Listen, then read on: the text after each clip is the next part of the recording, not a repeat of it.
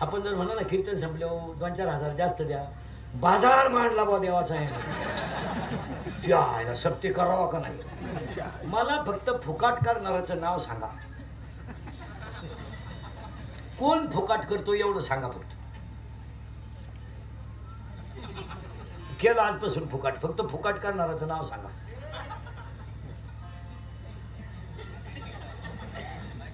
कोण करतो फुकाट? एकदा आमदार झाला माणूस तर कावळा शिवेपर्यंत त्याला पेन्शन आहे, 1.5 लाख त्याला पेमेंट आहे.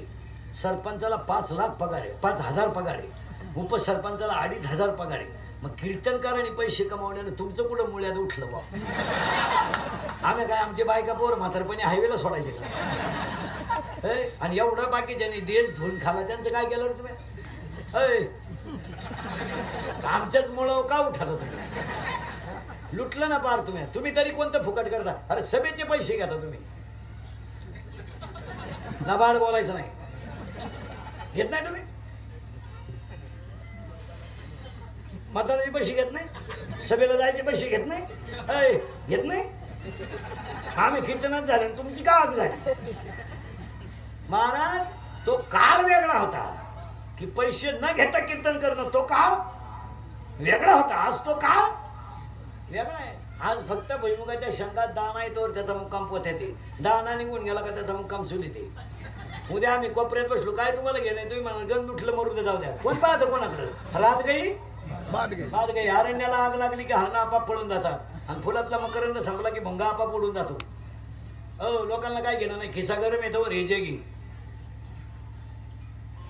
मग पोरांना आम्ही पैसे घेतले पाहिजे का नाही? जाऊ आपला एक पेमेंट तर तयार झाला पाहिजे. हा साधनं करा, पर स्त्रियां पर ध्यानाचा विचार झाला. आणि आता सप्ते करत असताना इथून पुढचा काळ बदललाय. आता सप्त्यांमध्ये नुसते कीर्तन ऐकू नका. आमचा झालाय सांगायचा धंदा, तुमचा झाला ऐका धंदा. आता काही गोष्टीत बदल व्हायलाच. नुसते आता आम्हाला श्रीमंत करीत हिंडू नका. आम्ही निघालोय पैसे कमवायला, तुम्ही लागले जमिनी काय? आमच्या पुढे बसलं का खरंय खरंय? काही खरं नाही. तुम्ही नीट वागायची झक मारा. इथून पुढे सत्य करताना 2-4 गोष्टीच्या पथ्य पाळा. तरुण मंडळी, भजनी मंडळ, गायक वाद्य पुणे महाराज मंडळी, गावातली मंडळी ऐका. इथंता मुक्ती अध्यक्ष, सरपंच, बिरपंच, अंगणवाडीच्या बाया बिया नीट ऐका. आता इथून पुढे गावात माणूस मेला माणूस का आपण त्याला जाळतो. जाळून आल्यावर दुसऱ्या दिवशी आपण नदीवर जातो आणि त्याची राख पाण्यात टाकतो. नदीत पाया पडून सांगतो आजपासून राख नदीत टाकू नका. नदी ही माता आहे. पंढरपूरला माणसं चंद्रभागेत आंघोळ करतात, आळंदीला माणसं इंद्रायणीत आंघोळ करतात. मग तुम्ही म्हणाल ती राख काय करा? ती राख गोणीत भरून घरी आणा. आईवडिलांची राख आहे तर किती 2-3 टोकऱ्या ती घरी घेऊन या. शेतात एक खड्डा घ्या आणि आईवडिलांची आठवण म्हणून एक झाड लावा. पहिल्या वर्ष श्राद्धापर्यंत त्याला पाणी घाला. सावली बापासारखी सावली झाड देईल. नद्या स्वच्छ ठेवा. नदी ही माता आहे आणि नद्या अपवित्र झाल्यामुळे हे घोटाळे झाले. वावरात पाणी नाही, नदीचं पाणी गावात घुसलंय. अजून 1 फूट तरी एर वाढले का तुमची? टिपका नाही आला इरीत, पूल तुटून गेले ते. आता हे पिका तुमचे ते हिरवे दिसते ना महाराज, हे फक्त आता सलाईन चालू आहे त्याला. बुरबुर बुरबुर इथे म्हणून जर 3 दिवस ऊन पडलं ना, हे आत्महत्या करते. 1 नद्या स्वच्छ ठेवा. 2 झाडं लावा. 3 गावात एखादा तरुण माणूस मेला तर त्याला जाळायच्या अगोदर त्याचे अवयव काढून घ्या. काढून घ्यावं त्याची किडनी एखाद्याला काम येईल, त्याचे डोळे एखाद्याला काम येईल. नाहीतरी तुम्ही तसे त्याला जाळणारच. आणि झाडं लावायवर भाषणं करू नका. भाषणानं ते देशाचं वाटवलं झालं. उठपळ माईक आला का हा काहीच नका करू तुम्ही. लावलेली झाडं गेली कुठं? इंग्रज गेल्यापासून झाडं लायचो आपण. परत इंग्रजी यायची येळ आहे. कुठे गेले ते झाड? बावलाटपणा आपला दरवर्षी खड्डा तोच उकरा लगेच पुढारी येणार झाडाला. ते मीडिया फिडेवाली आहेत, हे कॅमेरे फिरवाले. स्माईल टेकवा मेलं झाड. लगेच पेपरला जाहिरात. 3.5 लाखाचं पहिलं पान जाहिरात. लाल करण्यासाठी झाडं लावू नका. बापाच्या घरी राहणाऱ्या मुलीनं मी नवऱ्याच्या घरी जाणार आहे, मायांची आठवण म्हणून एक झाड लावा. सुनबाईनं मी लक्ष्मी आले म्हणून एक झाड लावा. 10वीच्या पोरानं मी या शाळेत होतो म्हणून एक झाड लावा. शिक्षकांना मी या विद्यालयात शिक्षक होतो म्हणून एक झाड लावा. आणि सरपंच उपसरपंच सदस्यांनी गावानं आमच्या ताब्यात सत्ता दिली म्हणून 2-2 झाडं लावा. आणखी झाडं जागवा, भाषणं करू नका. आणि तिसरी गोष्ट, तरुण पोरं ऐका, एक 5-6 पोरं एकत्र या 8-10 दिवसातून, शनिवार रविवार कधीतरी. तशी आपण क्रिकेट खेळायला गप्पा मारायला येतो या. आणि गावांमधली जी मंदिरं आहेत, ही मंदिरं एकदा स्वच्छ करा. गावांमधल्या मंदिरांमध्ये ऊर्जाच राहिली नाही, पाहतच नाही कोणी देवळाकडं. आणि नवे देवळं बांधायच्या भानगडीत पड नका. नको नको नको नको, आहे ते सांभाळा. का झगमाराय बांधायची कोटीची देवळं झाडीनच कोणी. ज्यांच्या घरी देवळं शेजारी त्यांनाच माहीत नाही आज एकादशी. ते पग होतो म्हणजे अधिकारी या का ठेव, मी आता अंडे खाली म्हणजे काय करता. 5-7 हजार रुपये जाऊ द्या, पण गावातल्या मंदिरांना पुजारी ठेवला पाहिजे. काय मध्ये तुमचं, ही काळाची गरज. जाऊ द्या 5-7 हजार रुपये. देवळांमध्ये ऊर्जा राहिली नाही अजिबात. तरुण पोरांनी एक शनिवार रविवार एक तास भरी एकत्र या. पोरांना 5-6 जण 2-3 झाडू घ्या. मंदिराचा परिसर आठवड्यातून एकदा स्वच्छ करा. पुन्हा त्याला घाण होणार नाही, कारण एकदा आपण सुरुवात केली म्हणजे ते हळूहळू टाकणाऱ्याला सुद्धा त्याची लाज वाटते. आणि पहिल्यांदा आपण गवत काढून टाकले लगेच आठवड्यात इतकंसं गवत होणार नाही. एकदा आपण सुरुवात करून दिली का पुढं कोणीतरी ते करील. फक्त एकदा 5-6 पोरांनी ती सुरुवात करा का मंदिराचा परिसर स्वच्छ करायचा. मागून तुम्ही महिन्या 2 महिन्यात नाही केली तरी तो कोणीतरी येऊन करील, पण आपण सुरुवात करून द्या पोरांनो. आणि मंदिरं झाडताना फोटोला बोलवायचं नाही तर फोटो त्याचा येणार, तुम्ही मेले झाडू झाडू. हा. आणि गावांमधले ज्या भंगलेल्या मूर्ती आहेत, भंगलेल्या, या हात तुटेल पाय तुटेल जे देव आहेत, हे उद्या गोळा करा, फेकून देते बा. त्यांच्यामध्ये ऊर्जाच राहिली नाही बा. आणि त्याच्यामुळे गावांमध्ये निगेटिव्ह विचार आले. माणसाच्या डोक्यामध्ये तुम्ही माना नाही तर नका मानू महाराज, पण ऊर्जा आहेच, ते फेकून दिल्या पाहिजे, ते ठेवू नका. दुसरी एक गोष्ट, सरपंच उपसरपंच तंटामुक्ती अध्यक्ष यांना एक काम उद्या तुम्ही एक पोलीस स्टेशनला पत्र द्या. आणि आठवड्यातून एकदा शाळेत पोलीस आला पाहिजे. आणि शाळा भरताना सुटताना शाळेभोवती जो भंगार माल हिंडतो तो एकदा रिपीट करून आणला पाहिजे. ही भंगरी बापाची जी पैदाश ही कबरी मांडी, ही शाळेत भोवती फिरत असते. ही 70ची पल्सर, 10चा मोबाईल, 2-2.5 हजाराचा पायात बूट, बगलात गुचिड्या, 1 साईड घाम, अंडरपॅन्टला वा. ही भंगरी अवलाद एकदा हल्ली पाहिजे. हसण्यावारी गोष्टी नेऊ नका. हे इंद्रिकडचं कीर्तन आहे, हे कधीही खोटं ठरणार नाही. थोडं कानाला वाईट आहे पण मी मरल ना, हे मरणार नाही 5-25 वर्ष, पण मी मेल्यावर सुद्धा तुम्हाला आपलीच आठवण येईल. ध्यानात ठेवा. मुलींची छेड काढणाऱ्यांची संख्या अतिशय जास्त झाली. खेड्यातला बाप ह्या मुद्द्यावर आलाय, मला मुलगी शाळेत पाठवायची नाही. काय म्हणते तुमचं अगदी. आणि शाळेतल्या मुलींना अजिबात संरक्षण राहिलं नाही. बाहेरचा पोरगा येऊन आपल्या पोरीची छेड काढतो म्हणजे काय, म्हणजे काय, याचं एकमेव कारण आपली कुणीतरी अवलाद त्याला फॉर आहे. बाहेरचा पोरगा तशी डिरिंग करू शकत नाही. कोणाची तरी मुलगी शाळेत आहे, कोणाची तरी बहीण शाळेत आहे, कोणाच्या तरी बहिणीची मुलगी शाळेत आहे, कोणाची तरी भाची शाळेत आहे, कोणाच्या तरी आत्या शाळेत आहे, कोणाची तरी मुलगी शाळेत आहे. जरा ग्रामस्थ हा मुद्दा हसण्यावारी नेऊ नका. हसण्याचा विषय नाही राहिला हा. मुलींना ही भंगार अवलाद हाणलीच पाहिजे. आणि 2-3 वेळा हाणून आणा, डोकून पाहणार नाही शाळेत. कारण ह्या 2-4 महिन्यामध्ये उसाला आली हुमणी, उसाला आली हुमणी, डाळिंबाला आला तेल्या, कपाशीला आली बोंडाळी, मकाला आली लष्करी आली. कोंबातच गेली, माणूस वरच पाहत राहिला, गेली मका. पुढाऱ्यांना आली फुटाफुटी आणि पोरींना आली पळापळी. ह्या पोरींनी 2-4 महिन्यात गावांमध्ये चांगल्या चांगल्या बापांच्या इज्जती घालवल्या महाराज. त्यांनी धडाकाच उठवला, नुसता पळून जायचा.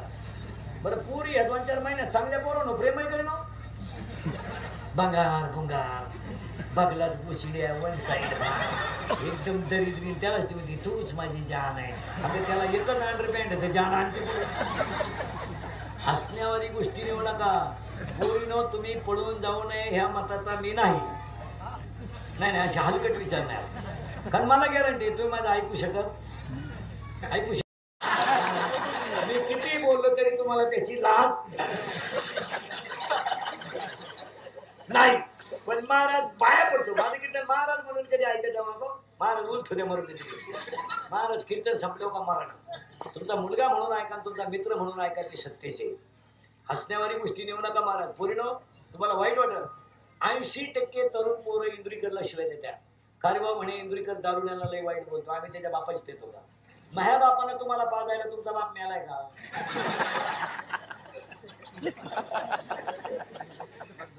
80% पोरी इंदुरीकरला शिवाय देत्या. पोरी आम्ही कसं आहे बांग पडून कोण आहे सगळं जाऊ, त्याच्या काय बापात जातं.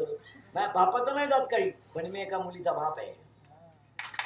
म्हणजे मला आहे ना, बापांवर कविता करून कळत नाही, बापांवर भाषण करून कळत नाही, बापांवर व्याख्यान करून कळत नाही. त्याला बापाचं हृदय लागतं. काय मत येतो?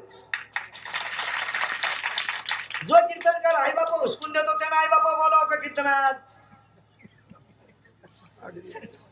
ज्यानं स्वतःचा बाप उचलून आपटला तो बापावर कविता करतोय कीर्तनात.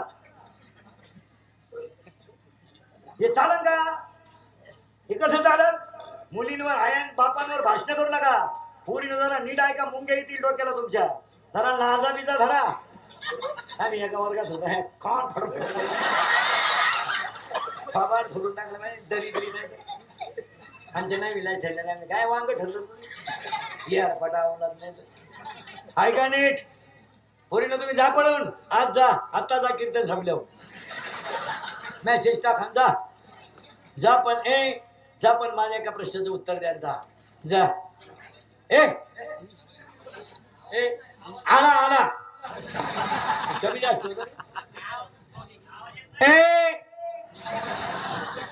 ते मला माग सारखायची सवय. जा पळून पोरीनं तुम्ही. फक्त माझ्या एका प्रश्नाचं उत्तर द्या. या ईश्वरासारख्या बापाची चूक सांगा मला. का त्यांनी समाजामध्ये काय असं पाप केलं का तुम्ही त्याची मान खाली घातली? सांगा. बजाज म्हणाला तर त्याला पलटी करून घातलं, ही त्याची चूक आहे? बायकोच्या गळ्यातले दागिने बुडून त्याने तुम्हाला मोठं केलं, ही त्याची चूक आहे का?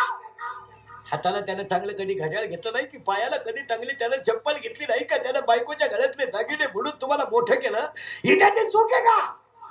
अरे तुमचा जन्म झाला नव्हता पोरीनं तुमचा बाप व्हायला निघला ना. तुमचा जन्म झाला नव्हता पोरीनं तुमचा बाप व्हायला निघला. तर त्याला 2 शेळ्यांनी एक गाय आली होती.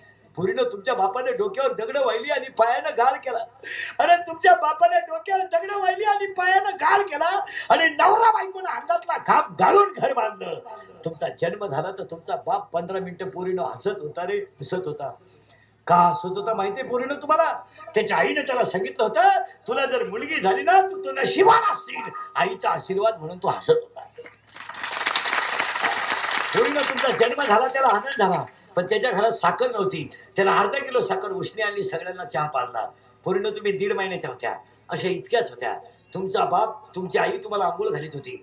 कशी घालीत होती माहिती? पोरीनं पाय सपाट पसरायची, दोन्ही पायाच्या मध्ये तुम्हाला पालथं घालायची आणि बादलीत 2 प्रकारचं पाणी घ्यायची, गार आणि गरम, आणि अंगावर ओतायची. हा ईश्वरासारखा बाप तांब्यानं पाणी तुमच्या अंगावर ओतायचा आणि तुम्हाला आंघोळ घालायची तुमची आई.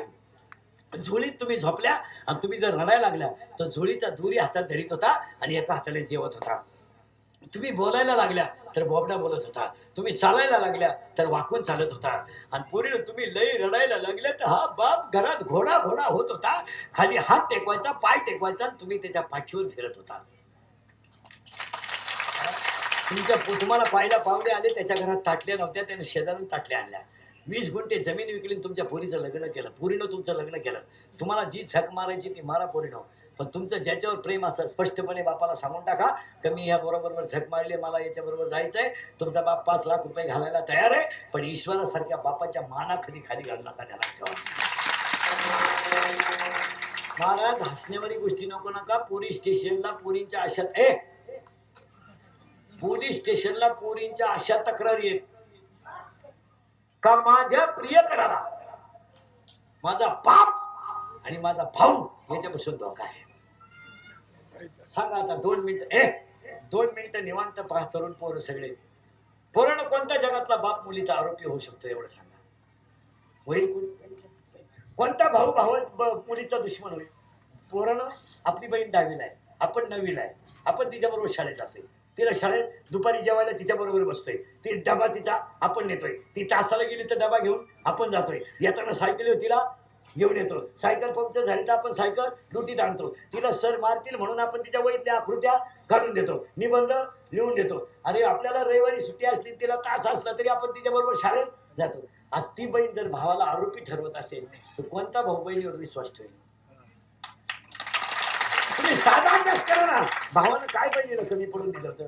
आज 10वी 12वीच्या पोराची बहीण जर पळून गेली महाराज तर त्याला 4 मित्रात किंमत आहे. तो मित्र मोठा झालाय, त्याला सगळ्या गोष्टी करतात. त्याचा वर्गात अपमान आहे, मित्रात अपमान आहे, शाळेत अपमान आहे. तो सगळा अपमान सहन करील, पण मी माझ्या बहिणीचा आरोपी आहे हे कसं सहन करेल? अरे तुमच्याकडे जर कोणी वाईट नजरेनं पाहिलं तर तुमचे डोळे, त्या पोऱ्याचे डोळे काढून टाकायची ताकद आपल्या भावात आहे. एखाद्यानं जर आपल्या बहिणीची छेड काढली तर त्याला खुब्यातून काढून टाकायची ताकद आपल्या पोरामध्ये आहे. पण बहीणच जर आपल्याला आरोपी ठरत असेल, कोण या जगात करेल महाराज? या 2-4 वर्षात फार जगाचं वाटोळं झालं महाराज. आता लोकांना वाटतं बा महाराज काही बोलतो, आणि पोरी पळून जाण्यामध्ये सगळ्यात मोठा वाटा तिच्या आईचा आहे. अख्ख्या खोडी पोरीच्या आईकडे. आया फक्त भामट्याचं सॉंग घेतात, भामट्याचं. नबाड बोलू नका, अष्टमी आज. महिला म्हणतात तुमची पोरगी प्रेमात पडली, तुम्हाला माहित नाही? माहित नाही? जिला माहित नाही तिला बॉट वर कर बरं, मी सत्कार करतो. माहित नाही? माहित नाही? आपली पोरगी 2-3 वेळा भांग पाडती, 1-2 वेळा पावडर लावती, 1-2 वेळा कपडे बदली. मग आपल्या पोरगीला पांडुरंगाचा साक्षात्कार हो राहिला का? पोरगी पळून गेले, आई म्हणती मला अंदाज आलता, तू काही कुंभ मेळ्याला बोलत होती तो समजत नाही का? नाही द्या मला शिव्या बया पळ्यांना काय तुम्ही आला. मग तर कीर्तनातच मी गेली, तू फक्त मला शिवी देऊन तर काय? तुला 1 तासात मी गेली तर काय, फक्त शिवी तर दे मला, तू करत खरं प्रेम. मनातल्या मनात का होईना देऊन पाय, तू देत खरं. हा विनोद नाहीये मला, हे तळतळीचं बोलणं आहे. लोकांना वाटतं बा इंदुरीकर काही बोलत, तुम्ही काही कसं बोलत, मी काय पागल बिगल? आणि हे सगळे कीर्तन काळाची गरज आहे. तरुण पोरांनो व्यवसायाकडे वळा.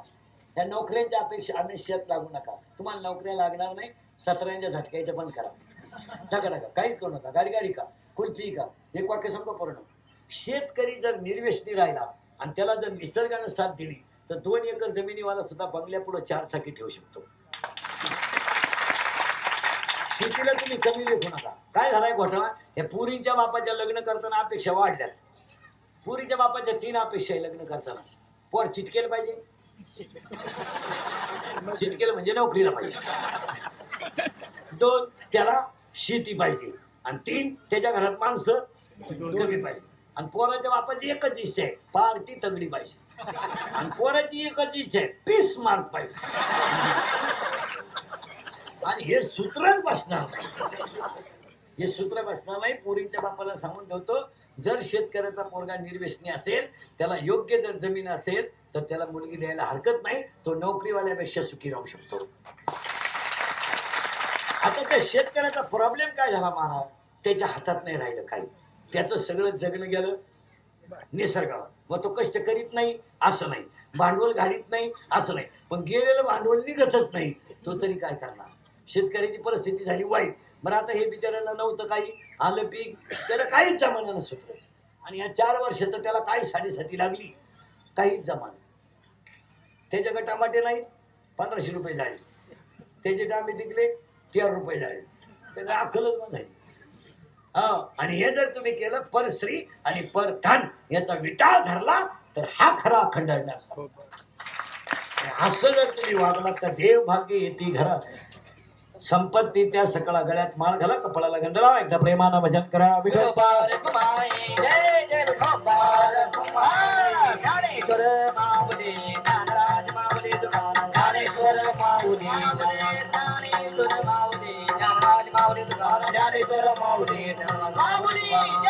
विठाल जय जय विठाल जय विठाल जय जय बोले रे गोरे बेटे वाघोडे बंदरे करा जमा महाराज कार में आप